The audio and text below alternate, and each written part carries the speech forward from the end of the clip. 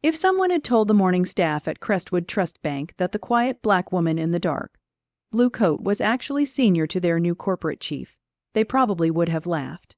And perhaps that was the cruelest part, because for a full 12 minutes, they treated her as if she didn't exist at all. Her name was Dr. Alicia Grant, and when she stepped through the bank's automatic glass doors that morning, she controlled more assets than the entire branch combined.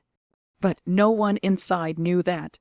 Alicia paused briefly near the entrance, taking in her surroundings: the polished stone floors, the muted hum of money, and the posters taped to the glass walls reading inclusive banking. Everyone, she had an official meeting scheduled for 10:45 a.m. with the regional operations head. The discussion was about renewing the bank's contract with her company. Her firm, Grant & Vale Consortium, was a multi-sector investment company working in medical infrastructure and commercial real estate, and it had partnered with this bank for 12 years. Alicia glanced at her wristwatch. 10:31 a.m. There was still time. She calmly approached the front service desk, a slim leather folder in hand. Her voice was steady and professional. "Good morning," she said politely. "I have an appointment with Mr. Collins." Behind the counter sat a young teller with long, glossy nails who didn't bother looking up. She continued typing, then sighed. "Fill out a slip and wait your turn." Alicia blinked once, but kept her composure. "I don't believe that will be necessary. My meeting was scheduled in advance. He should be expecting me." That finally earned her some attention.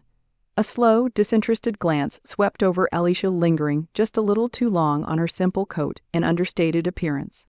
Her natural curls were pulled neatly back. She carried an unbranded leather handbag. There was no display of wealth, only quiet confidence. "He's currently occupied," the teller replied, "and he doesn't take walk-ins." "I'm not a walk-in," Alicia said gently. "I'm Dr. Grant." The teller let out a small laugh, the kind that stings more than a slap. "Right," she said. "If you're here about a loan, that desk is in the back." She gestured vaguely without even lifting her hand. Alicia didn't move. "I'm not here for a loan," she said clearly. A nearby security officer finally turned toward her, giving her a slow, assessing look, as if calculating how much trouble she might cause. "Ma'am," he said firmly, "you're holding up the line. Either take a number or step aside." A few customers glanced over, some curious, some irritated. No one spoke. Alicia scanned the room, the surveillance cameras, the pamphlets, the quiet smugness in the air. Something hardened in her chest. "Fine," she said softly. "I'll wait." She took a seat by the window and pulled out her phone. One message, 4 words: "I'm here, observing." The reply came within 60 seconds. Noted, proceed. Time passed. A white couple entered after her. They were greeted with warm smiles and offered bottled water. An older businessman was personally escorted to a private office, and Dr. Alicia Grant remained invisible. That continued until the clock read 10:43 a.m. Then the glass doors at the front swung open again, and this time the atmosphere shifted. Instantly, 2 men in perfectly tailored suits walked in, followed by a woman wearing an executive badge. And at the center of them all, Mr. Collins, the regional operations head himself, the same man who had supposedly been in a meeting.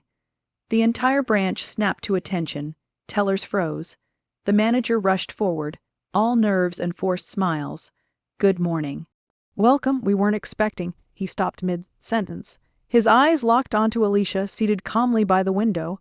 The color drained from his face. "Alicia," he whispered. She stood, and in that moment, how they had looked at her before no longer mattered. "Dr. Grant," she corrected calmly, "and you're 2 minutes early for our meeting." "I appreciate punctuality." The room went silent. The teller, who had ignored her, turned stiff as a mannequin. The security officer stared at the floor. Alicia stepped forward across the marble, her heels quiet but commanding. "I'd like to introduce myself," she said evenly, "to those who decided I didn't exist 12 minutes ago." She turned slowly, meeting the eyes of every employee. "I am the majority shareholder and acting CEO of Grant & Vale Consortium. And as of last quarter, Crestwood Trust Bank manages my company's primary operating accounts." Crushing silence filled the room. "That means," she continued, Every dollar processed through this branch moves with my authorization." She turned back to Mr. Collins, "And since respect in your institution appears to be selective, I took the liberty of reevaluating our partnership while I waited." She pulled a printed document from her folder. "Effective immediately, Grant and Vale Consortium is terminating all contracts with this branch. Our accounts will be transferred to Harbor Point Central by close of business today." Gasps rippled across the room. "This will cause the branch's revenue to drop by over 70% overnight." The manager staggered slightly. "And as for the staff," she added coolly, "those who witnessed discrimination in real time and chose silence, your silence has spoken for you." Her eyes settled on Teller. "You're dismissed, effective immediately." Then she turned to the guard. "And you may remove your uniform." Security has no meaning in a building that failed to offer basic human dignity. He didn't argue. No one did. Alicia took one final look around the room. "This isn't revenge," she said calmly. "This is accountability. And today your customer became your consequence." She turned toward the doors. Only silence followed her footsteps. Just before stepping outside, she paused and glanced back once more, then walked out without another word. Behind her, she left a broken system and the echo of her heels across the marble floor.